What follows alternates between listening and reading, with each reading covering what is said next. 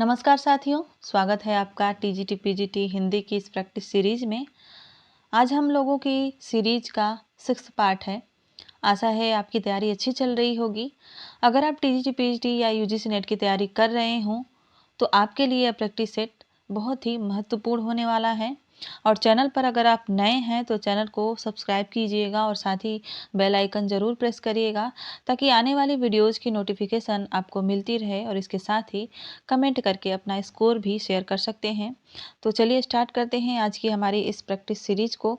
इस practice series का पहला प्रश्न है, गद्य जीवन संग्राम की भाषा है, यह कथन किसका है? ऑप्शन में है प्रेमचंद, रामचंद्र शुक्ल, सूर्यकांत त्रिपाठी निराला या भारतेंदु हरिश्चंद्र। यह कथन किसका है? यह कथन जो है सूर्यकांत त्रिपाठी निराला का है। सही उत्तर हो जाएगा सी ऑप्शन। आगे बढ़ते हैं और अगला प्रश्न देखते हैं। प्रश्न 2, पाश्चात्य काव्य शास्त्र से यह प्रश्न पूछा गया है कि अभिव्यंजनावाद के प्रवर्तक कौन हैं? प्लेटो, क्रोचे, मार्क्स या अरस्तु। यानी अभिव्यंजनावाद के प्रवर्तक कौन थे? प्लेटो थे, क्रोचे थे, मार्क्स थे या अरस्तु थे? इसका सही उत्तर है क्रोचे। क्रोचे जो है अभिव्यंजनावाद के प्रवर्तक कहे जाते हैं। तो राइट आंसर हो जाएगा बी ऑप्शन। 3 नंबर का प्रश्न देखते हैं। मेरी भव बाधा हरो दोहा निम्न में से किस कवि का है? ऑप्शन में है बिहारी, रहीम, कबीर और रसखान। यह दोहा किसका है? बिहारी का है, रहीम दास का है, कबीर दास का है या रसखान का है? इसका सही उत्तर हो जाएगा बिहारी। यह दोहा जो है बिहारी का है। मेरी भव बाधा हरो राधा नागरी सोय, जातन की झाई परत श्याम हरित दुति होय। यह पूरी पंक्तियां हैं और यह बिहारी की पंक्तियां हैं। इन पंक्तियों में श्लेष अलंकार है, आप इसका भी ध्यान रखिएगा।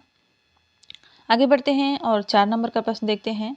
फोर्ट विलियम कॉलेज से संबंधित लेखक कौन सा है? यानी फोर्ट विलियम कॉलेज से किस लेखक का संबंध रहा है? ऑप्शन में है प्रताप नारायण मिश्र, इंसाअल्लाह खां, सदल मिश्र या वियोगी हरि। इनमें से कौन लेखक जो है वो फोर्ट विलियम कॉलेज कलकत्ता से संबंधित रहा है? इसका सही उत्तर हो जाएगा सदल मिश्र। सदल मिश्र फोर्ट विलियम कॉलेज में भाखा मुंशी के पद पर थे, यानी भाषा मुंशी के पद पर थे। तो इनका संबंध फोर्ट विलियम कॉलेज से था। आगे बढ़ते हैं और 5 नंबर का प्रश्न देखते हैं। पूछा जा रहा है कि ज्ञानचंद जैन कृत कथा शेष जीवनी किससे संबंधित है? यानी जो कथा शेष नाम की जीवनी इन्होंने लिखी थी ज्ञानचंद जैन ने, वह किससे संबंधित है? जैनेन्द्र कुमार से, अमृतलाल नागर से, यशपाल से या उषा प्रियंवदा से? इसका सही उत्तर हो जाएगा अमृतलाल नागर से। कथा शेष जो है वो अमृतलाल नागर से संबंधित है, जिसे ज्ञानचंद जैन जी ने लिखा था। आगे बढ़ते हैं और 6 नंबर का प्रश्न देखते हैं। पूछा गया है कि जोड़ का उपयुक्त विलोम है। व्याकरण से यह प्रश्न है, जोड़ का उपयुक्त विलोम क्या होगा? गुणा, भाग, घटाव या बाकी? इसका सही उत्तर हो जाएगा घटाव। जोड़ का जो उपयुक्त विलोम होगा वो घटाव होगा। आगे बढ़ते हैं, 7 नंबर का प्रश्न देखते हैं। प्रेम चिंगारी किसकी रचना है? ऑप्शन में है शेख निसार, शेख नबी, इब्न निशाती या नजफ अली। प्रेम चिंगारी किसकी रचना है? इसका सही उत्तर हो जाएगा नजफ अली। यह रचना नजफ अली की है। 8 नंबर का प्रश्न है, फूल मरे पर मरे न बासु, यह पंक्ति किसकी है? फूल मरे पर मरे न बासु। ऑप्शन में है दादू दयाल, कबीर दास, रैदास या जायसी। यह पंक्ति किसकी है? सही उत्तर है मलिक मोहम्मद जायसी। यह पंक्तियां जो हैं फूल मरे पर मरे न बासु, ये मलिक मोहम्मद जायसी की पंक्तियां हैं। आगे बढ़ते हैं और 9 नंबर का प्रश्न देखते हैं क्या पूछा जा रहा है। पूछा गया है कि वस्तु, स्थान, भाव या विचार के द्योतक शब्द को क्या कहते हैं? संज्ञा, सर्वनाम, विशेषण या समुच्चय बोधक। मेरे ख्याल से इस प्रश्न में किसी को भी परेशानी नहीं होनी चाहिए। यह प्रश्न बहुत ही आसान है। इसका सही उत्तर हो जाएगा संज्ञा। वस्तु, स्थान, भाव या विचार के द्योतक शब्द को संज्ञा कहते हैं। 10 नंबर का प्रश्न देखते हैं। 10 नंबर का प्रश्न पूछा जा रहा है कि आनंदवर्धन किस संप्रदाय के आचार्य माने जाते हैं? ऑप्शन में है अलंकार संप्रदाय, वक्रोक्ति संप्रदाय, ध्वनि संप्रदाय या औचित्य संप्रदाय। इसका सही उत्तर है ध्वनि संप्रदाय। आनंदवर्धन जो हैं ध्वनि संप्रदाय के आचार्य माने जाते हैं और इनकी एक रचना भी है ध्वन्यालोक। 11 नंबर का प्रश्न है, कान्हा शब्द है, ऑप्शन में है तत्सम, तद्भव, अर्ध तत्सम या अर्ध तद्भव। इसका सही उत्तर हो जाएगा तद्भव। कान्हा शब्द जो है एक तद्भव शब्द है। 12 नंबर का प्रश्न देखते हैं, रस सूत्र की सर्वाधिक प्रामाणिक व्याख्या मानी जाती है। किसकी व्याख्या जो है, रस सूत्र की व्याख्या इन चारों विद्वानों ने की है, भट्टनायक ने, भट्टलोलक ने, अभिनवगुप्त ने और भट्टशंकुक ने। लेकिन किसकी जो है सर्वाधिक प्रामाणिक व्याख्या मानी जाती है, भट्टनायक की, भट्टलोलक की, अभिनवगुप्त की या भट्टशंकुक की, किसकी प्रामाणिक मानी जाती है? इसका सही उत्तर है अभिनवगुप्त। अभिनवगुप्त की जो व्याख्या है वो सबसे ज़्यादा प्रामाणिक मानी जाती है। रस सूत्र की यहाँ बात हो रही है। रस सूत्र क्या है? आचार्य भरत मुनि द्वारा दिया गया एक रस सूत्र है और उसी की व्याख्या की गई थी इन सभी विद्वानों द्वारा। वह सूत्र है विभावा अनुभावा व्यभिचारी संयोगाद रस निष्पत्ति। तो निष्पत्ति शब्द की व्याख्या की गई थी इनके द्वारा और संयोगाद शब्द की व्याख्या की गई थी इन विद्वानों द्वारा। आगे बढ़ते हैं, 13 नंबर का प्रश्न देखते हैं। पूछा जा रहा है कि हजारी प्रसाद द्विवेदी के किस उपन्यास को रैक्वाख्यान भी कहा जाता है? ऑप्शन में है पुनर्नवा, अनामदास का पोथा, चारुचंद्र लेख या बाणभट्ट की आत्मकथा। इन सभी उपन्यासों में से किस उपन्यास को रैक्वाख्यान भी कहा जाता है? इसका सही उत्तर हो जाएगा अनामदास का पोथा। अनामदास का पोथा जो उपन्यास है इसको रैक्वाख्यान भी कहा जाता है। आगे बढ़ते हैं और 14 नंबर का प्रश्न देखते हैं। पूछा गया है कि सकर्मक क्रिया का उदाहरण इसमें से कौन सा है? दौड़ना, हंसना, पढ़ना या आना, कौन सी क्रिया इसमें से है सकर्मक क्रिया? इसका सही उत्तर हो जाएगा पढ़ना। पढ़ना जो है एक सकर्मक क्रिया है। 15 नंबर का प्रश्न है, परित्यक्ता शब्द इनमें से किस वाक्यांश के लिए प्रयुक्त होता है? जिस स्त्री के पति एवं पुत्र हों, वह स्त्री जिसका पति मर गया हो, वह स्त्री जो पति द्वारा छोड़ दी गई हो या वह स्त्री जो पर पुरुष से प्रेम करती हो, किसके लिए परित्यक्ता शब्द का प्रयोग किया जाता है? इसका सही उत्तर हो जाएगा वह स्त्री जो पति द्वारा छोड़ दी गई हो उसको कहते हैं परित्यक्ता। सही उत्तर हो जाएगा इसका सी नंबर, सी ऑप्शन इसका सही हो जाएगा। 16 नंबर का प्रश्न देखते हैं। अंग्रेजी सरकार की ओर से अदालत का कामकाज देश की प्रचलित भाषाओं में करने का इश्तिहारनामा किस सन में निकला था? ऑप्शन में है 1816 ईस्वी, 1826 ईस्वी, 1836 ईस्वी या 1846 ईस्वी। किस सन में यह इश्तिहारनामा छापा गया था यानी प्रिंट हुआ था कि अंग्रेजी सरकार की ओर से अदालत का जो कामकाज है वो देश की प्रचलित भाषाओं में करने का आदेश दिया गया था यानी इश्तिहार छापा गया था, तो वह किस सन में छापा गया था? इसका सही उत्तर हो जाएगा 1836 में। ऑप्शन सी इसका सही आंसर हो जाएगा। 1836 में अंग्रेज सरकार द्वारा अखबारों में यह इश्तिहार निकाला गया था कि अब अदालत का कामकाज देश की प्रचलित भाषाओं में किया जाएगा। 17 नंबर का प्रश्न देखते हैं। विद्यापति की कौन सी रचना अभी तक संपादित होकर प्रकाशित नहीं हुई है? ऑप्शन में है कीर्तिलता, कीर्तिपताका, पदावली या इनमें से कोई नहीं। इसका सही उत्तर हो जाएगा कीर्ति पताका। कीर्ति पताका जो है अभी तक प्रकाशित नहीं हुई है, बाकी रचनाएं इनकी प्रकाशित हो चुकी हैं। 18 नंबर का प्रश्न देखते हैं। प्रश्न है, दृग उर्झत टूटत कुटुंब जुरत चतुर चित प्रीत में कौन सा अलंकार है? ऑप्शन में है विरोधाभास, असंगत, विभावना और निदर्शना। इन पंक्तियों में आपको बताना है कि कौन सा अलंकार है। अपने स्कोर आप नोट करते रहिएगा कि आपके कितने प्रश्न सही हो रहे हैं। इन पंक्तियों में कौन सा अलंकार है? सही उत्तर हो जाएगा असंगति अलंकार। इसमें असंगत अलंकार है। आगे बढ़ते हैं, अगला प्रश्न देखते हैं। 19 नंबर का प्रश्न है, कथा सतीसर की लेखिका कौन है?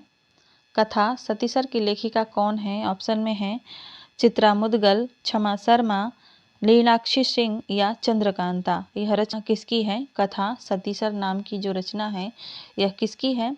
चित्रा मुदगल की, क्षमा शर्मा की, नीलाक्षी सिंह की या चंद्रकांता की? यह जो रचना है वो चंद्रकांता की है, तो सही उत्तर हो जाएगा इसका डी ऑप्शन चंद्रकांता। 20 नंबर का प्रश्न है, 20 नंबर का। रीति कवियों का नारी विषयक दृष्टिकोण भले ही सामंती भोगवादी रहा हो, लेकिन उनकी निजी प्रवृत्ति है, क्या है? प्रक्रिया प्रेम की, काल्पनिक प्रेम की, गृहस्थिक प्रेम की या सूक्ष्म अशरीरी प्रेम की? कौन सी उनकी निजी प्रवृत्ति है? इसका सही उत्तर हो जाएगा सूक्ष्म अशरीरी प्रेम की। यह जो प्रवृत्ति है उनकी निजी है। 21 नंबर का प्रश्न है, 21 नंबर का। कौन सी रचना स्वयंभू की नहीं है? पौमचरियु, रिठरेमी चरियु, स्वयंभू छंद या महापुराण? कौन सी रचना जो है वो स्वयंभू की नहीं है? स्वयंभू आदिकाल के बहुत ही महत्वपूर्ण कवि हुए हैं। इनमें से कौन सी रचना स्वयंभू की नहीं है? सही उत्तर हो जाएगा इसका महापुराण। महापुराण जो है स्वयंभू की रचना नहीं है। आगे बढ़ते हैं। 22 नंबर का प्रश्न है, वशीकरण शब्द में कौन सा समास होगा? वशीकरण में कौन सा समास होगा? तत्पुरुष समास, कर्मधारय समास, अव्ययीभाव समास या बहुव्रीहि समास? इसका सही उत्तर हो जाएगा ऑप्शन ए तत्पुरुष समास। वशीकरण में तत्पुरुष समास होता है। आगे बढ़ते हैं और 23 नंबर का प्रश्न देखते हैं। आलवार संतों के लोक प्रचलित पदों को नलियार दिव्य प्रबंधन शीर्षक से संकलित करने वाले आचार्य हैं रामानुज, नामदेव, ज्ञानदेव या रंगनाथ? जब हम आदिकाल पढ़ रहे थे, आलवार संतों को पढ़ रहे थे, तो उसमें मैंने आपको बताया था कि नलियार दिव्य प्रबंधन का संकलन किसने किया था।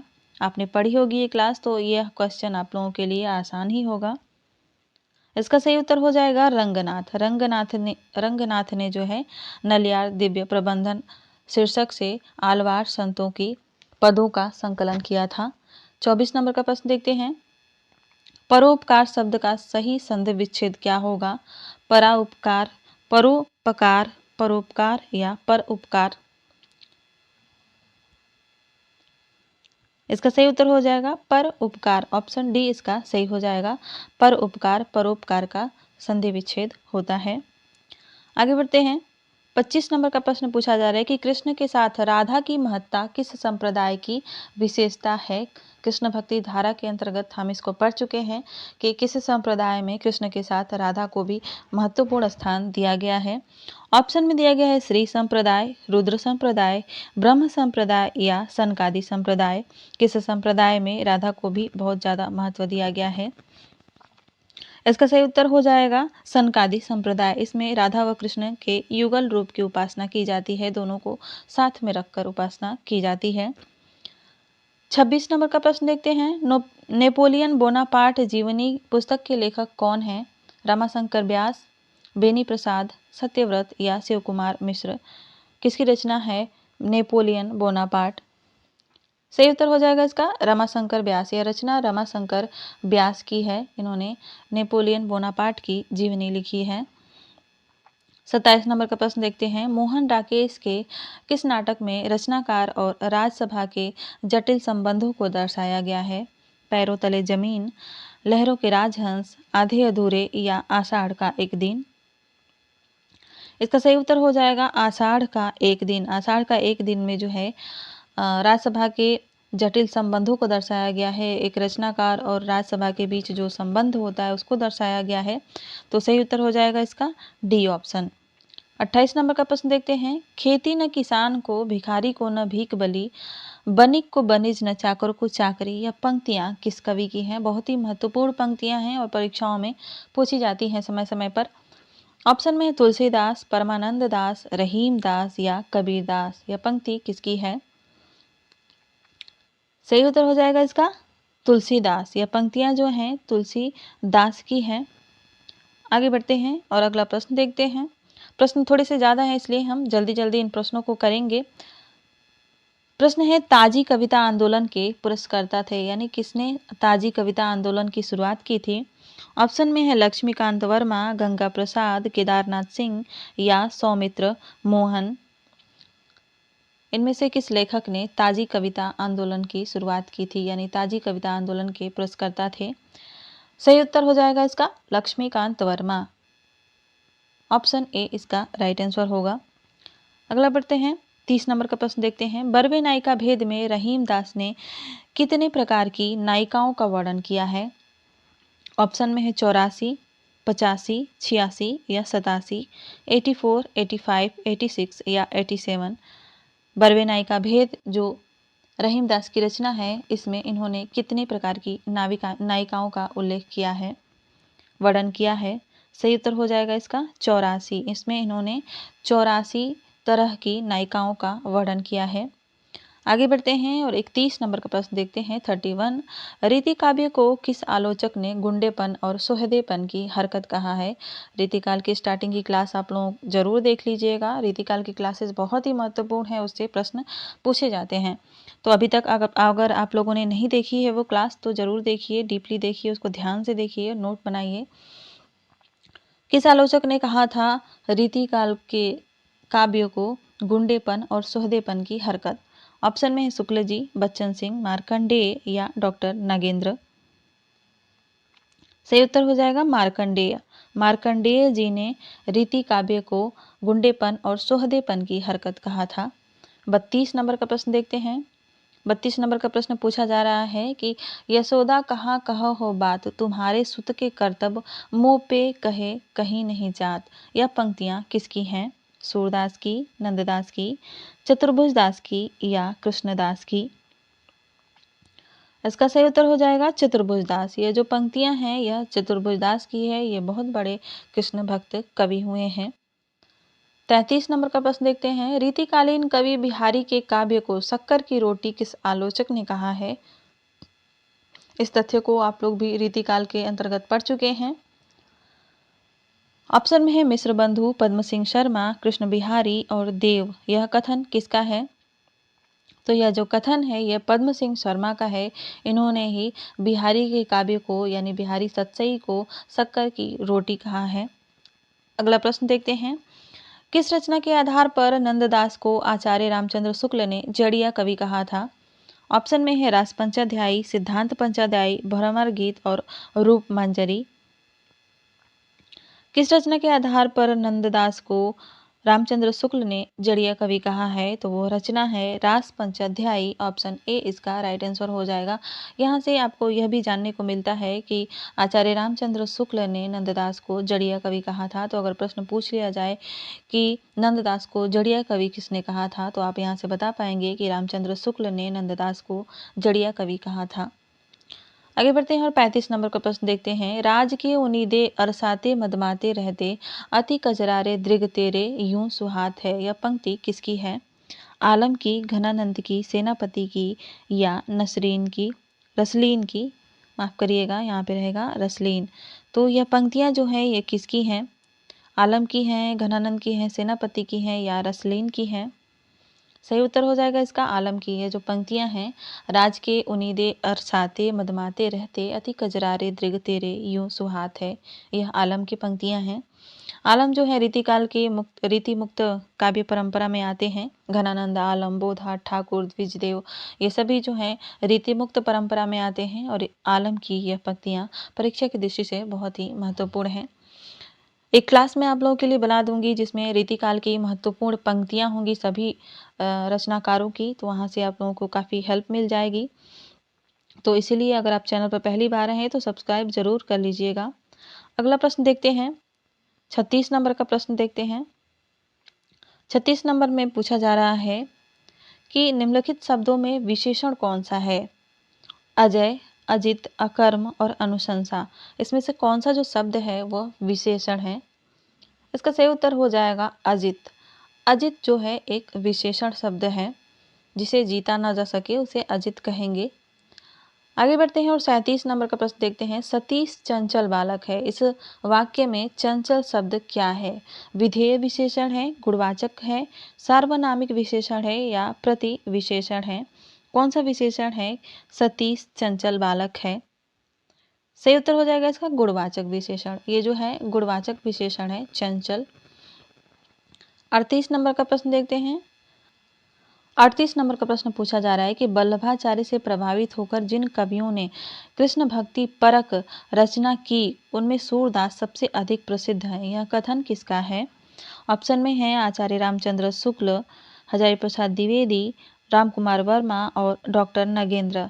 यह कथन किसका है?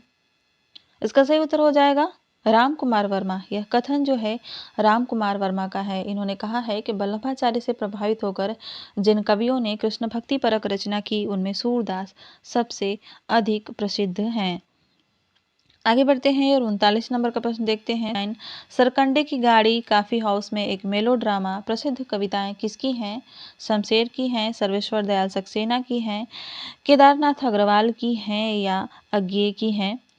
किसकी यह कविता है या कविताएं हैं? सरकंडे की गाड़ी, काफ़ी हाउस में एक मेलोड्रामा। यह तो काफ़ी फेमस हुआ था, यह कविता बहुत ही ज़्यादा प्रसिद्ध हुई थी। इसका सही उत्तर हो जाएगा सर्वेश्वर दयाल सक्सेना। ये कविताएं जो हैं सर्वेश्वर दयाल सक्सेना द्वारा लिखित हैं। 40 नंबर का प्रश्न देखते हैं। प्रश्न है, एक बीते के बराबर या हरा ठिगना चना बाधे मुरैठा शीश पर। यह पंक्ति किसकी है? ऑप्शन में है नागार्जुन, रांगे राघव, केदारनाथ अग्रवाल और केदारनाथ सिंह। यह पंक्तियां किसकी हैं? यह पंक्तियां केदारनाथ अग्रवाल की हैं, तो सही उत्तर हो जाएगा इसका सी ऑप्शन, केदारनाथ अग्रवाल। केदारनाथ सिंह और केदारनाथ अग्रवाल दोनों में बहुत ही ज़्यादा कन्फ्यूजन हो जाती है विद्यार्थियों को, तो आप इन दोनों लोगों को बहुत ही बारीकी से पढ़ लीजिए। जितनी भी इनकी रचनाएं हैं उनको एकदम जबान पे याद कर लीजिए ताकि कोई भी कन्फ्यूजन ना रहे। 41 नंबर का प्रश्न देखते हैं। साकेत की कथा का मुख्य संबंध किसके चरित्र विकास से जुड़ा है? राम सीता, लक्ष्मण उर्मिला, भरत मांडवी या लक्ष्मण सीता? इसका सही उत्तर हो जाएगा लक्ष्मण उर्मिला। साकेत की कथा का मुख्य संबंध जो है लक्ष्मण और उर्मिला के चरित्र के विकास से जुड़ा है और उसमें भी सबसे ज़्यादा उर्मिला के चरित्र का विकास किया गया है साकेत रचना में। आगे बढ़ते हैं। 42 नंबर का प्रश्न देखते हैं। पूछा गया है कि निराला की रचना राम की शक्ति पूजा का आधार ग्रंथ क्या है? यानी किसके आधार पर यह ग्रंथ लिखा गया है राम की शक्ति पूजा? ऑप्शन में है कंब रामायण, कृत्तिवास रामायण, रामचरितमानस या वाल्मीकि रामायण। इसका सही उत्तर हो जाएगा कृत्तिवास रामायण।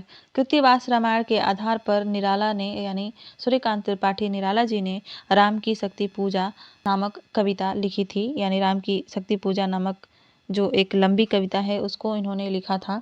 यहाँ पर कुछ और चीज़ें भी देख लेते हैं, जैसे कि वाल्मीकि शब्द जो है वह शुद्ध अशुद्ध में भी पूछा जाता है, तो उसको भी आप लोग ध्यान दीजिएगा। वाल्मीकि शब्द जो है वह यहाँ पे ब नहीं रहेगा, व रहेगा। वाल्मीकि शब्द में वा, ल और म पर बड़ी की मात्रा और की रहता है, क पर छोटी की मात्रा। वाल्मीकि इस तरह से लिखा जाएगा, तो ध्यान दीजिएगा। परीक्षा में यह शुद्ध अशुद्ध में पूछा जाता है और बहुत सारे विद्यार्थी इसमें कंफ्यूज हो जाते हैं। आगे बढ़ते हैं और 43 नंबर का प्रश्न देखते हैं। मंगलेश डबराल की रचना कौन सी है इनमें से? जख्म पर धूप, पहाड़ पर लालटेन, सुनो कारीगर या सुदामा पांडे का प्रजातंत्र? कौन सी इसमें से जो रचना है वो मंगलेश डबराल की है? सही उत्तर हो जाएगा इसका पहाड़ पर लालटेन। यह जो रचना है यह मंगलेश डबराल की है। आगे बढ़ते हैं। 44 नंबर का प्रश्न पूछा जा रहा है कि जयशंकर प्रसाद कृत उर्वशी किस विधा की रचना है? क्या यह गीति काव्य है, प्रगीत है, नाटक है या चंपू काव्य है? उर्वशी की विधा क्या है? उर्वशी जो रचना है जयशंकर प्रसाद द्वारा रचित, उसकी विधा क्या है? क्या यह गीति काव्य है, प्रगीत है, नाटक है या चंपू काव्य है? सही उत्तर है चंपू काव्य। यह जो रचना है यह एक चंपू काव्य है। डी ऑप्शन इसका राइट आंसर हो जाएगा। आगे बढ़ते हैं और 45 नंबर का प्रश्न देखते हैं। पूछा जा रहा है कि किस रचनाकार ने अपना जन्मदिन बसंत पंचमी के दिन मनाना घोषित किया? ऑप्शन में है जयशंकर प्रसाद, सूर्यकांत त्रिपाठी निराला, सुमित्रा नंदन पंत और महादेवी वर्मा।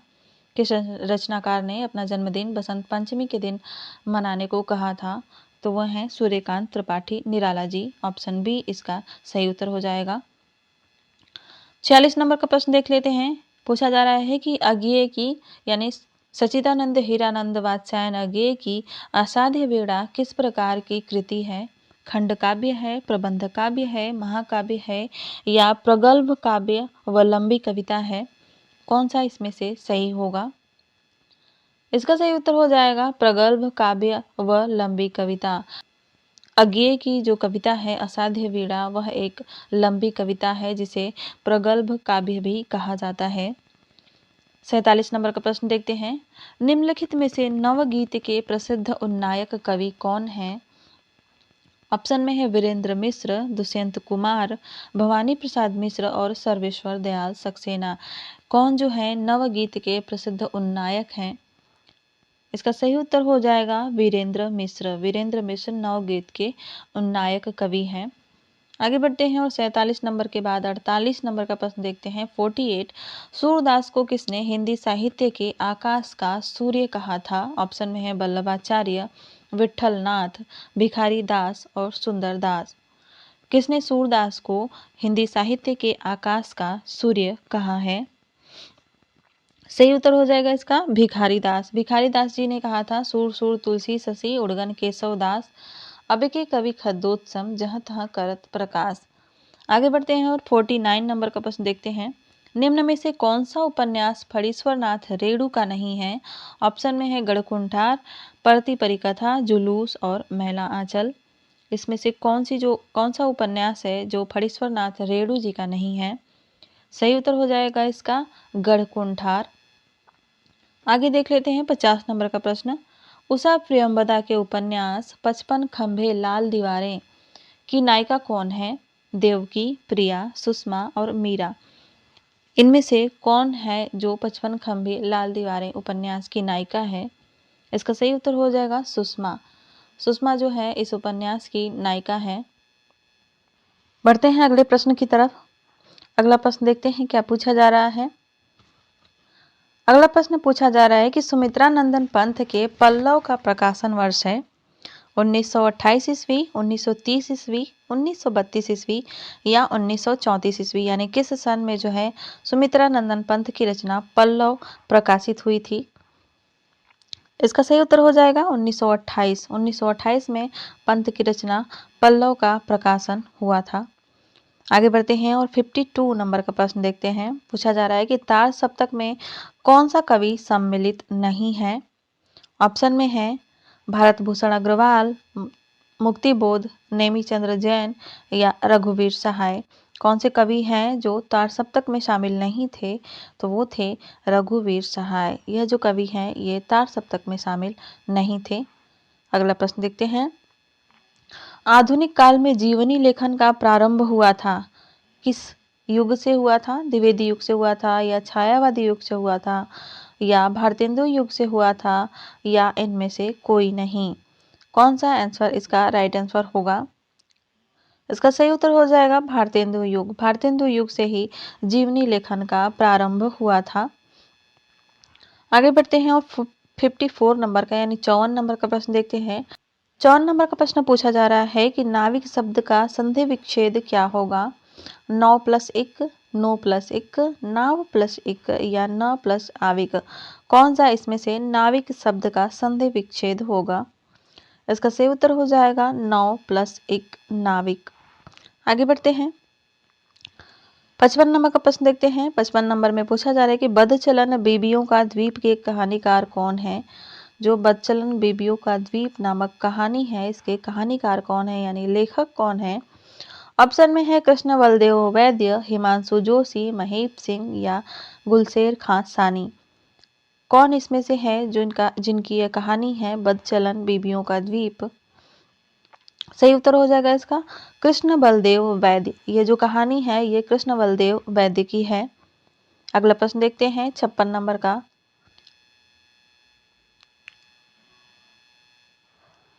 कौन सा शब्द तत्सम है? सूरज, सावन, वृक्ष या बिंदु। कौन सा शब्द इसमें से तत्सम शब्द है? इसका सही उत्तर हो जाएगा वृक्ष। वृक्ष शब्द जो है वह तत्सम शब्द है। आगे बढ़ते हैं 57 नंबर को देखते हैं। अज्ञेय किस प्रकार के उपन्यासकार हैं? क्या यह मनोवैज्ञानिक हैं, मार्क्सवादी हैं, सामाजिक हैं या प्रकृतिवादी हैं? कैसे उपन्यासकार हैं? अज्ञेय जो है मनोवैज्ञानिक उपन्यासकार हैं। तो सही उत्तर हो जाएगा इसका ए ऑप्शन। 58 नंबर का प्रश्न देखते हैं, कौन सी रचना विद्यापति की नहीं है? ऑप्शन में है कीर्ति पताका, कीर्तिलता, पदावली या गीत गोविंद। इसमें से कौन सी रचना विद्यापति की नहीं है? तो हो जाएगी गीत गोविंद। गीत गोविंद जयदेव की रचना है। आगे बढ़ते हैं 59 नंबर के प्रश्न पर, जब सिंह तलवार लेकर उतरा तो गीदड़ भाग गए। इस वाक्य में कौन सी शब्द शक्ति होगी? अभिधा, लक्षणा, व्यंजना या इनमें से कोई नहीं? कौन सी शब्द शक्ति यहाँ पर होगी?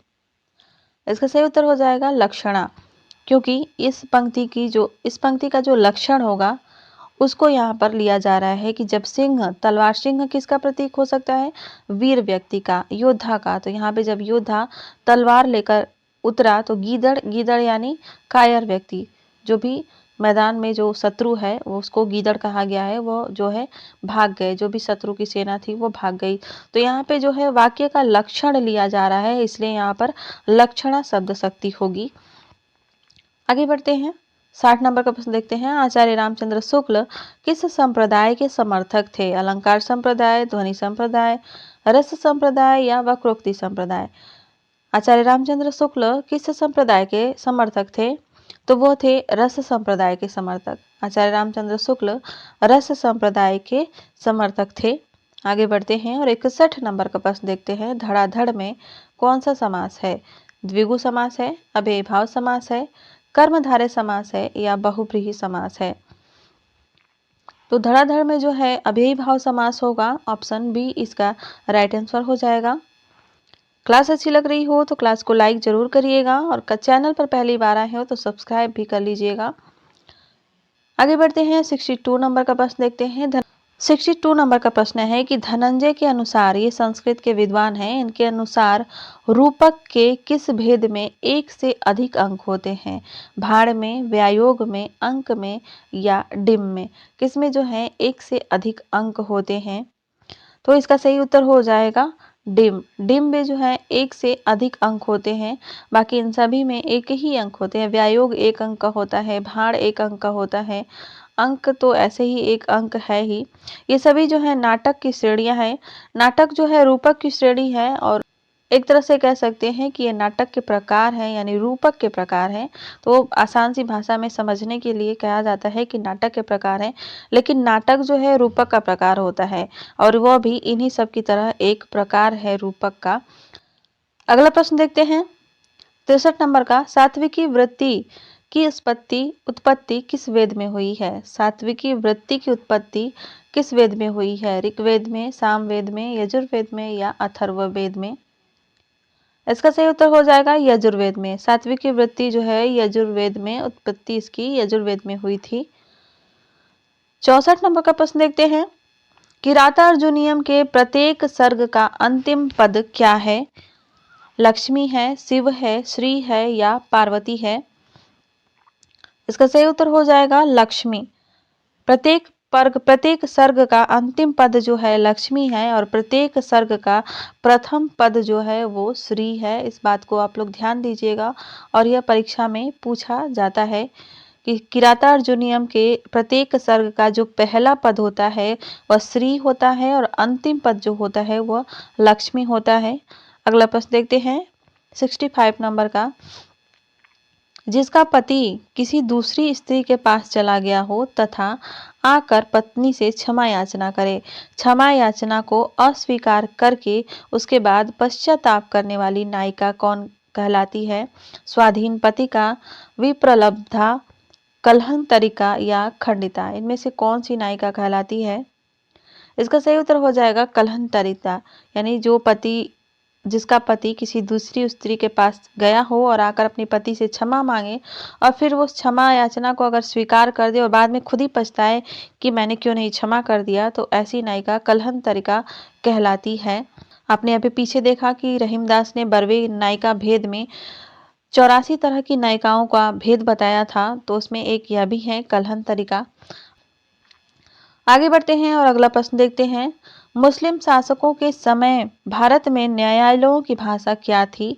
यानी अदालत में कौन सी भाषा का इस्तेमाल होता था? उर्दू, संस्कृत, अरबी या फारसी? कौन सी भाषा का प्रयोग होता था? तो वह थी भाषा फारसी। सही उत्तर हो जाएगा इसका डी, फारसी। मुस्लिम शासकों के समय में अदालतों में, न्यायालयों में फारसी भाषा का प्रयोग होता था। 67 नंबर का प्रश्न है यानी 67, यदि प्रेम स्वप्न है तो श्रद्धा भक्ति जागरण है। यह पंक्ति किस निबंध से ली गई है? भाव या मनोविकार, श्रद्धा भक्ति, कविता क्या है, करुणा? यह पंक्ति किस निबंध से ली गई है आपको बताना है। जो पंक्तियां हैं यह श्रद्धा भक्ति नामक निबंध की हैं, जो कि आचार्य रामचंद्र शुक्ल जी द्वारा लिखित है। तो इस बात को भी आप लोग ध्यान रखिएगा। आगे बढ़ते हैं और 68 नंबर का प्रश्न देखते हैं। निम्नलिखित पद इक प्रत्यय लगाने से बने हैं, इनमें कौन सा गलत है?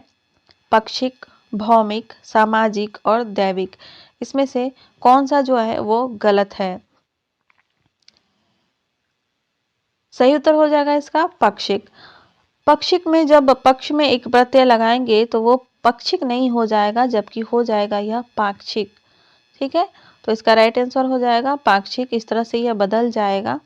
आगे बढ़ते हैं। 69 नंबर का प्रश्न देखते हैं। पूछा जा रहा है कि विमर्श संधि किसके योग से बनती है? बिंदु प्लस प्रयत्न से, बिंदु प्लस प्रारंभ से, पताका प्लस प्रत्याशा से या प्रकृति प्लस नियतपत्ति से? इनमें से किसके योग से जो है विमर्श संधि बनती है?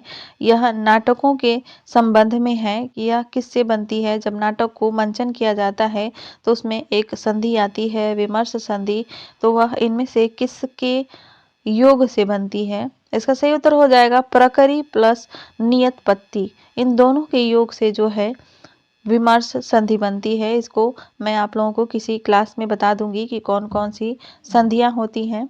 अगला प्रश्न देखते हैं। 70 नंबर का प्रश्न है कि देव रचित अष्टयाम की विषय वस्तु क्या है? आश्रयदाता आजम शाह की प्रशस्ति, राधा कृष्ण का वर्णन, रसों की विवेचना या नायक नायिका के विलासों का वर्णन? देव कवि द्वारा रचित जो अष्टयाम है उसकी विषय वस्तु क्या है? इसका सही उत्तर हो जाएगा नायक नायिका के विलासों का वर्णन। नायक नायिका के 8 प्रहरों का जो वर्णन है इसमें किया गया है, इसीलिए इस रचना का नाम अष्टयाम भी है। तो इसका सही उत्तर हो जाएगा ऑप्शन डी।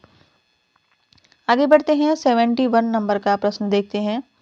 71 में पूछा गया है कि कौन सी भाषा चित्रलिपि में लिखी जाती है? ऑप्शन में है अरबी, संस्कृत, अंग्रेजी और चीनी। कौन सी भाषा इसमें से चित्रलिपि में लिखी जाती है? तो इसका सही उत्तर हो जाएगा चीनी। चीनी भाषा जो है वह चित्रलिपि में लिखी जाती है, यानी चित्र बने होते हैं। आगे बढ़ते हैं और अगला प्रश्न देखते हैं।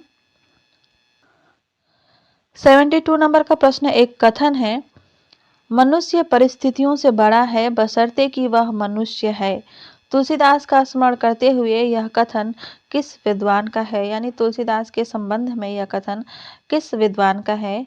आचार्य रामचंद्र शुक्ल का, रामविलास शर्मा का, कामिल बुल्के का, फादर कामिल बुल्के का या आचार्य हजारी प्रसाद द्विवेदी का?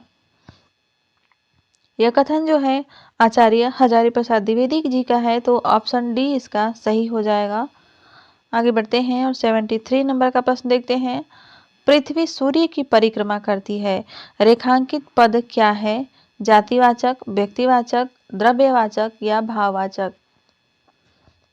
मेरे ख्याल से यह प्रश्न सभी के लिए आसान होगा। पृथ्वी जो है सूर्य की परिक्रमा करती है, इसमें सूर्य जो है यह एक व्यक्तिवाचक संज्ञा है, तो राइट आंसर इसका हो जाएगा बी ऑप्शन। 74 नंबर का प्रश्न देखते हैं। काव्य है यह कथन किस विद्वान का है? पाश्चात्य काव्य शास्त्र से भी प्रश्न बहुत ही महत्वपूर्ण होते हैं, भले ही सिलेबस में ना हो, लेकिन पिछली बार टीजीटी की परीक्षा में पाश्चात्य काव्य शास्त्र से प्रश्न पूछ लिया गया था, तो ध्यान रखेंगे, पाश्चात्य काव्य शास्त्र को भी साथ में लेकर चलेंगे। यह कथन किस आलोचक का है? क्रोचे का है, वर्ड्सवर्थ का है, अरस्तु का है या अर्नॉल्ड का है? इसका सही उत्तर हो जाएगा अर्नॉल्ड। काव्य जीवन की आलोचना है, अर्नॉल्ड का कथन है। आगे बढ़ते हैं। 75 सरल या साधारण वाक्य होते हैं, क्या होते हैं?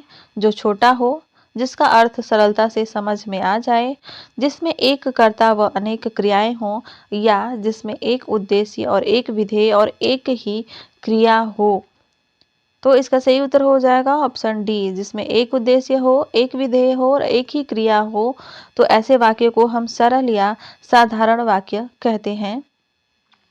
अगला प्रश्न देखते हैं।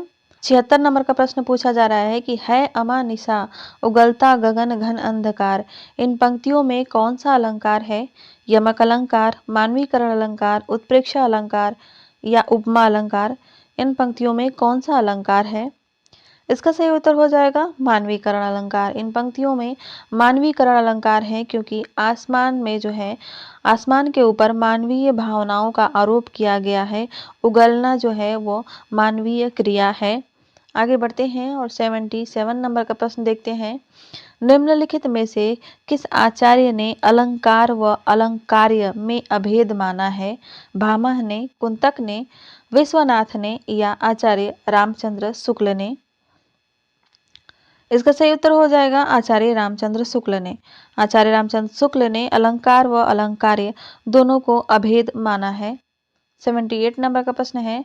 रात के डर में दिवस की चाह का सर हूँ, यह पंक्ति किस रचनाकार की है? मिश्र बंधु की, आचार्य रामचंद्र शुक्ल की, महादेवी वर्मा की या जयशंकर प्रसाद की। यह पंक्तियां किसकी हैं कि रात के डर में दिवस की चाह का सर हूँ? यह पंक्तियां महादेवी वर्मा की है। छायावाद की महत्वपूर्ण कवित्री हैं यह महादेवी वर्मा, जिनका जन्म 1907 ईस्वी में हुआ था। इनकी यह पंक्तियां हैं और बहुत ही महत्वपूर्ण पंक्तियां हैं। रात के डर में दिवस की चाह का सर हूँ। अगला प्रश्न देखते हैं। वह कहानी जो मुख्य कथा के बीच में उत्पन्न हो तथा दूर तक चले, अंत तक नहीं, वह क्या कहलाती है? पताका कहलाती है, प्रकरी, बिंदु या कार्य। वह कहानी जो मुख्य कथा के बीच में उत्पन्न हो तथा दूर तक चले लेकिन अंत तक नहीं चलती है, तो वह क्या कहलाती है? पताका, प्रकरी, बिंदु या कार्य। इसका सही उत्तर हो जाएगा पताका। वह जो है पताका कहलाती है। 80 नंबर का प्रश्न देखते हैं। कौन से कहानीकार कालक्रम की दृष्टि से प्रेमचंद युग में और वर्ण विषय की दृष्टि से द्विवेदी युग में आते हैं? ऑप्शन है विश्वंभर नाथ शर्मा कौशिक, रविंद्रनाथ कौशिक, वृंदावन लाल वर्मा और विकास कौशिक। सही उत्तर हो जाएगा इसका विश्वंभर नाथ शर्मा कौशिक। ये जो है ये कालक्रम की दृष्टि से तो प्रेमचंद युग में आएंगे, लेकिन वर्ण विषय की दृष्टि से ये द्विवेदी युग में आएंगे। 81 नंबर का प्रश्न देखते हैं। दूसरा दरवाजा किस विधा की रचना है? नाटक है, उपन्यास है, गीति काव्य है या कहानी है? आपको बताना है कि दूसरा दरवाजा यह किस विधा की रचना है। क्या यह नाटक है, उपन्यास है, गीति काव्य है या कहानी है?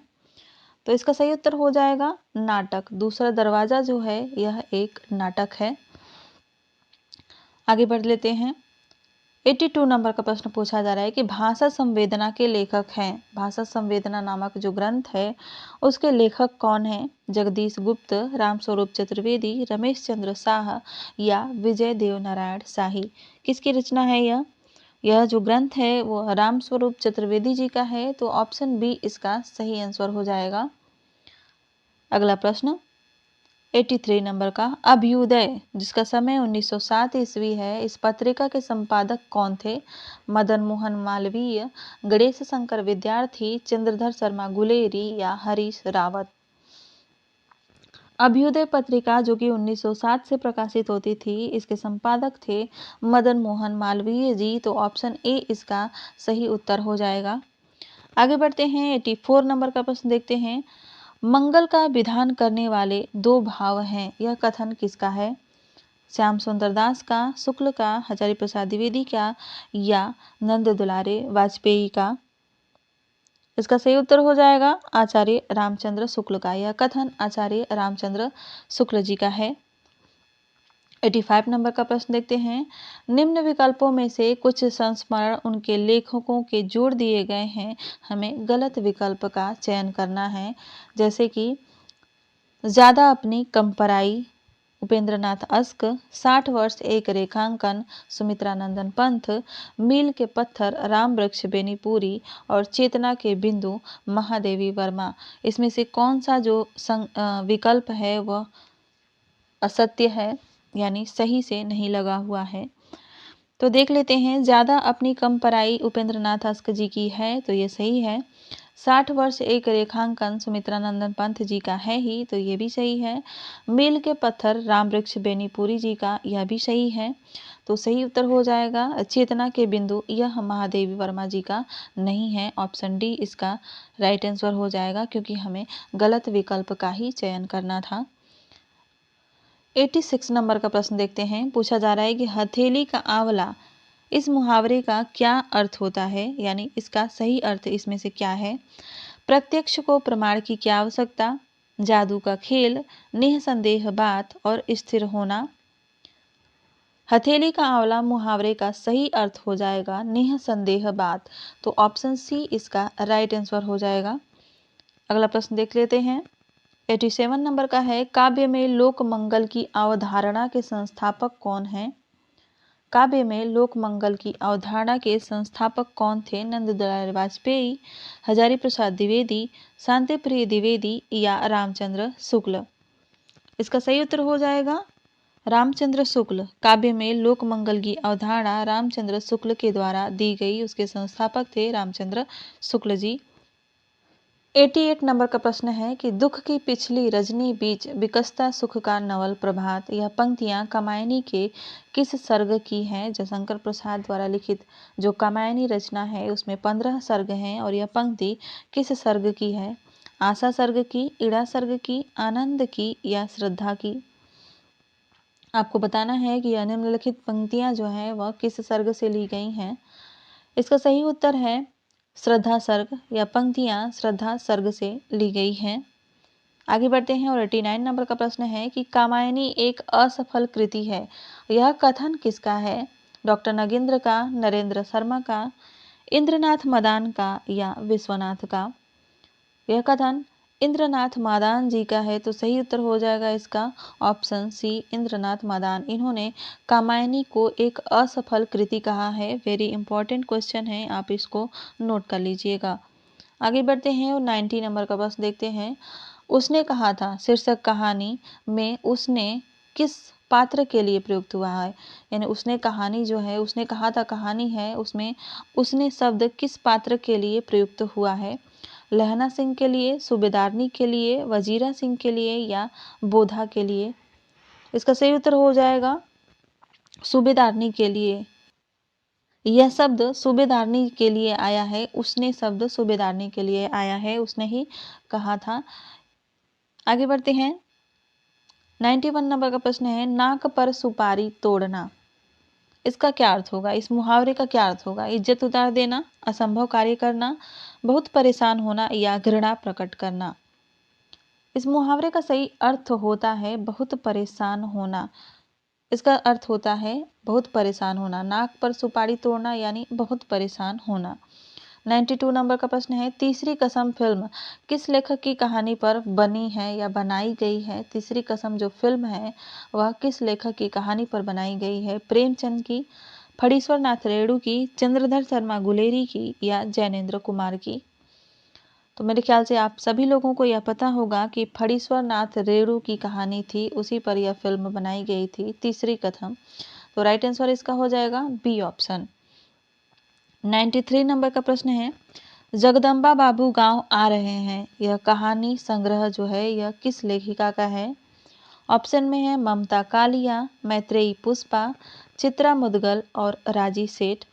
यह कहानी जो है चित्रा मुदगल जी की है। यह कहानी संग्रह जो है चित्रा मुदगल जी का है, तो ऑप्शन सी इसका राइट हो जाएगा।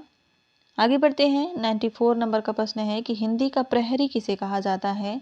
हिंदी का प्रहरी किसे कहा जाता है। जॉन गिलक्राइस्ट को, पुरुषोत्तम दास टंडन को, कामता प्रसाद गुरु को या सुरेंद्र को। इसका सही उत्तर हो जाएगा पुरुषोत्तम दास टंडन को। इन्हीं को जो है हिंदी का प्रहरी कहा जाता है, तो सही उत्तर हो जाएगा इसका बी। इसको भी आप लोग स्टार लगा लीजिएगा, यानी इम्पोर्टेंट है यह भी प्रश्न। 95 नंबर का प्रश्न है कि नायिका भेद का ग्रंथ है, यानी इन ग्रंथों में से कौन सा ऐसा ग्रंथ है जो नायिका भेद से संबंधित है? रसराज, कवि प्रिया, श्रृंगार मंजरी या ये सभी? आपको बताना है कि इनमें से कौन सा ग्रंथ जो है नायिका भेद से संबंधित है। इसका सही उत्तर हो जाएगा या सभी। ये जो सभी ग्रंथ जो हैं ये नायिका भेद से संबंधित ही हैं। 96 नंबर का प्रश्न है कि इससे इस काल को रस के विचार से कोई श्रृंगार काल कहे तो कह सकता है, यह कथन किसका है? विश्वनाथ प्रसाद मिश्र का, आचार्य रामचंद्र शुक्ल का, कृष्ण बिहारी मिश्र का या मिश्र बंधु का? तो रीतिकाल के संबंध में यह कथन आचार्य रामचंद्र शुक्ल का है। तो सही उत्तर हो जाएगा इसका बी ऑप्शन। आगे बढ़ते हैं और 97 नंबर का प्रश्न देखते हैं। पूछा जा रहा है कि दहेज प्रथा अनमेल विवाह के दुष्परिणाम का चित्रण प्रेमचंद जी ने किस उपन्यास में किया है? प्रेमाश्रय में, निर्मला में, रंगभूमि में या कर्मभूमि में? दहेज प्रथा तथा अनमेल विवाह का चित्रण निर्मला उपन्यास में प्रेमचंद जी ने किया था। तो सही उत्तर हो जाएगा इसका बी ऑप्शन। बी ऑप्शन इसका राइट आंसर हो जाएगा। आगे देखते हैं 98 नंबर का। गोस्वामी तुलसीदास जी ने रामचरितमानस की रचना किस उद्देश्य से की थी? यश के लिए, लोकहित के लिए, परंपरा पालन के लिए या स्वांत सुखाय के लिए? तो गोस्वामी तुलसीदास जी ने रामचरितमानस की रचना जो है स्वांत सुखाय के लिए की थी। तो सही उत्तर इसका हो जाएगा डी ऑप्शन। अगला प्रश्न 98 के बाद 99 नंबर है। निम्नलिखित में से कौन सा उपन्यास शैलेश मटियानी द्वारा नहीं लिखा गया है? ऑप्शन है कबूतर खाना, कमीने, जयमाला और महमूद। पूछा जा रहा है कि इनमें से कौन सा उपन्यास शैलेश मटियानी द्वारा नहीं लिखा गया है? कबूतर खाना, कमीने, जयमाला या महमूद? तो इसका सही उत्तर हो जाएगा जयमाला। जयमाला जो है वो शैलेश मटियानी का उपन्यास नहीं है। आगे बढ़ते हैं 100 नंबर की तरफ। 100 नंबर का प्रश्न है गद्य गीत का आरंभ किस युग से होता है? भारतेंदु युग से, द्विवेदी युग से, छायावादी युग से या छायावादोत्तर युग से? गद्य गीत का आरंभ किस युग से होता है? इसका सही उत्तर हो जाएगा द्विवेदी युग से। गद्य गीत का आरंभ द्विवेदी युग से होता है। तो राइट आंसर हो जाएगा इसका बी ऑप्शन। आगे बढ़ते हैं 101 नंबर का प्रश्न देखते हैं। मौत की खोज लघु कथा किसकी है? प्रभाकर माचवे की, हरिशंकर परसाई की, लक्ष्मी चंद्र राय की या जगदीश चंद्र मिश्र की? मौत की खोज लघु कथा जगदीश चंद्र मिश्र की है। राइट आंसर हो जाएगा इसका डी ऑप्शन, जगदीश चंद्र मिश्र। अगला प्रश्न देखते हैं। आधुनिक नुक्कड़ नाटक का जनक किसे कहा गया है? भीष्म साहनी को, हबीब तनवीर को, सफदर हाशमी को या प्रसन्ना हेगड़े को? कौन जो है आधुनिक हिंदी नुक्कड़ नाटक का जन्मदाता है? किसने आधुनिक हिंदी नुक्कड़ नाटक की शुरुआत की थी? इसका सही उत्तर हो जाएगा सफदर हाशमी। इन्होंने जो है नुक्कड़ नाटक का आरंभ किया था, आधुनिक नुक्कड़ नाटक का आरंभ किया था। 103 नंबर का प्रश्न देखते हैं। दलित साहित्य की पहली रचना कौन सी है? जूठन, घुटन, अछूत की समस्या या घास वाली?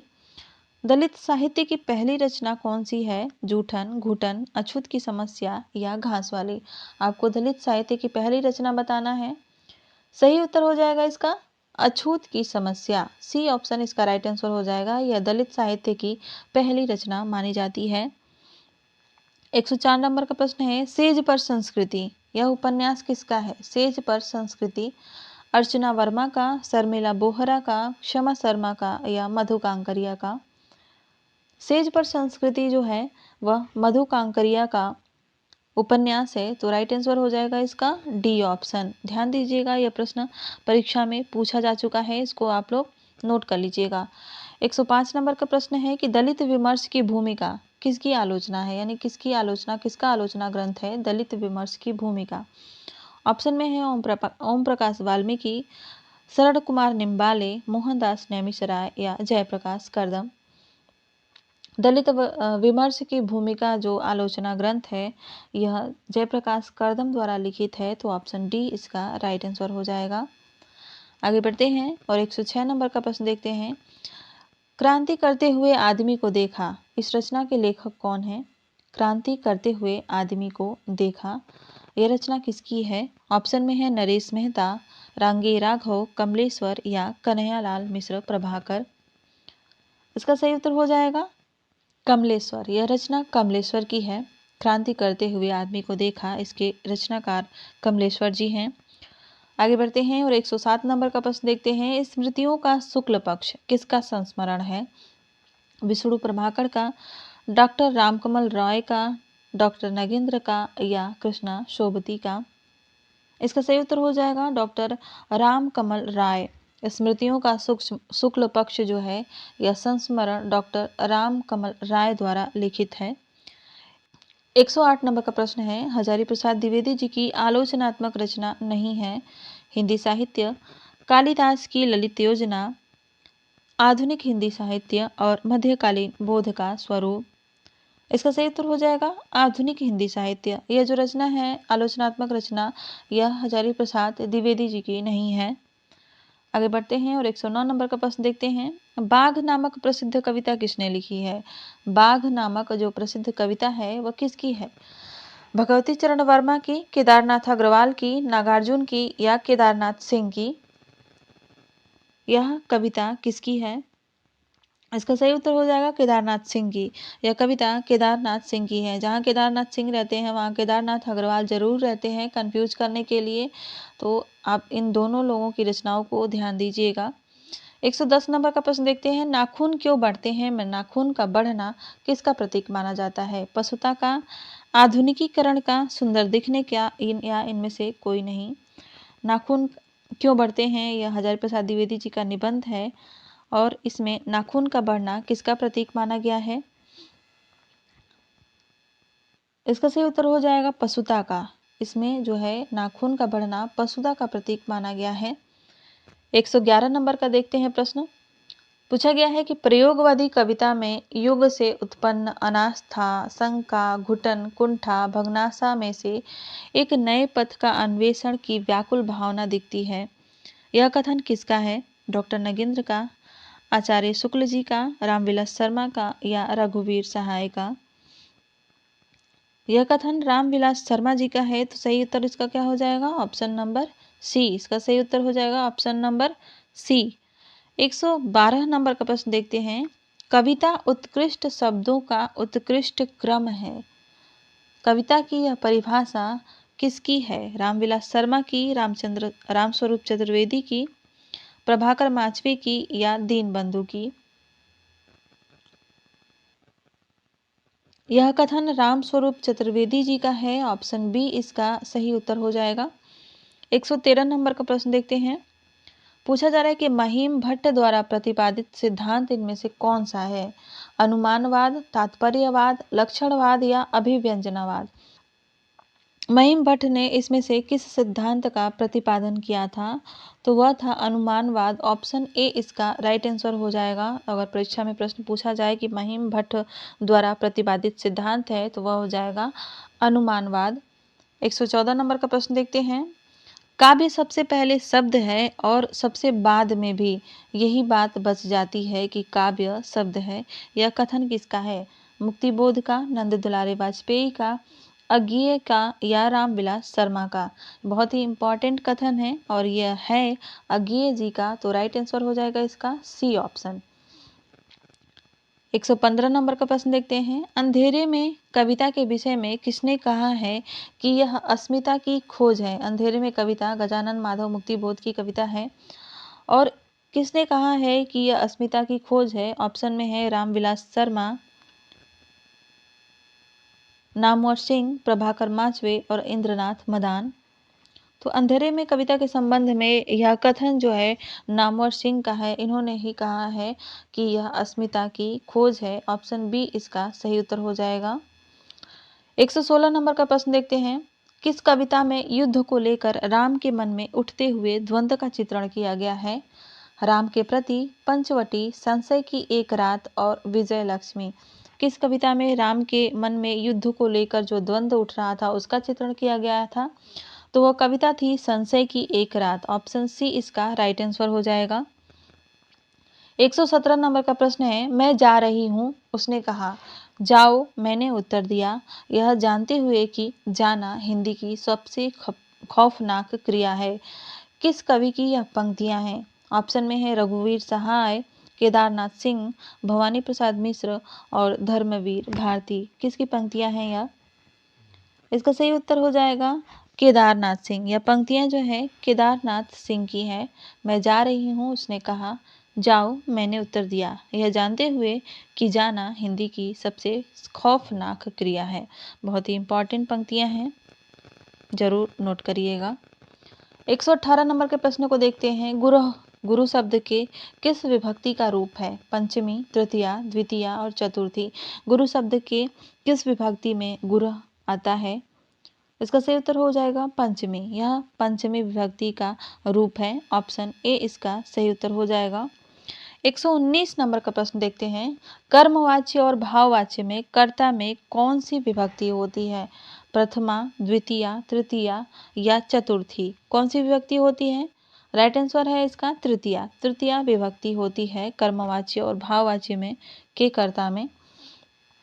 120 नंबर का प्रश्न है। बाजसरवा के बहाने किसकी रचना है? प्रभाकर माचवे, कुंवर नारायण, भारत भूषण अग्रवाल या रघुवीर सहाय।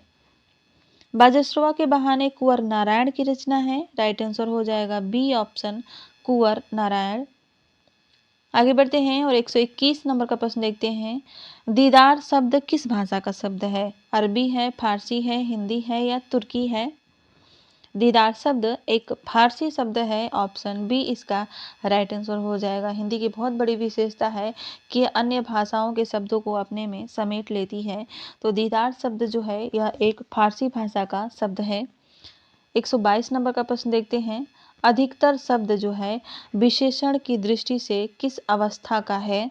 ऑप्शन में है मूलावस्था, उत्तरावस्था, उत्तमावस्था या अन्य भेद।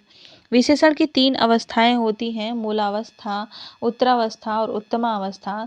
तो इसमें से अधिकतर जो है वह किस अवस्था का शब्द है? इसका सही उत्तर हो जाएगा उत्तरावस्था।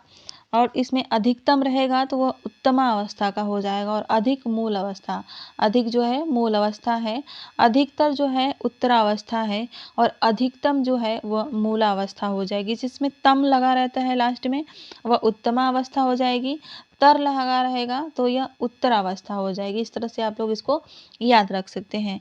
अगला प्रश्न देखते हैं 123 नंबर का। मोहन बाजार जा रहा है, इस वाक्य में उद्देश्य क्या है? वाक्य के 2 अंग होते हैं, उद्देश्य और विधेय।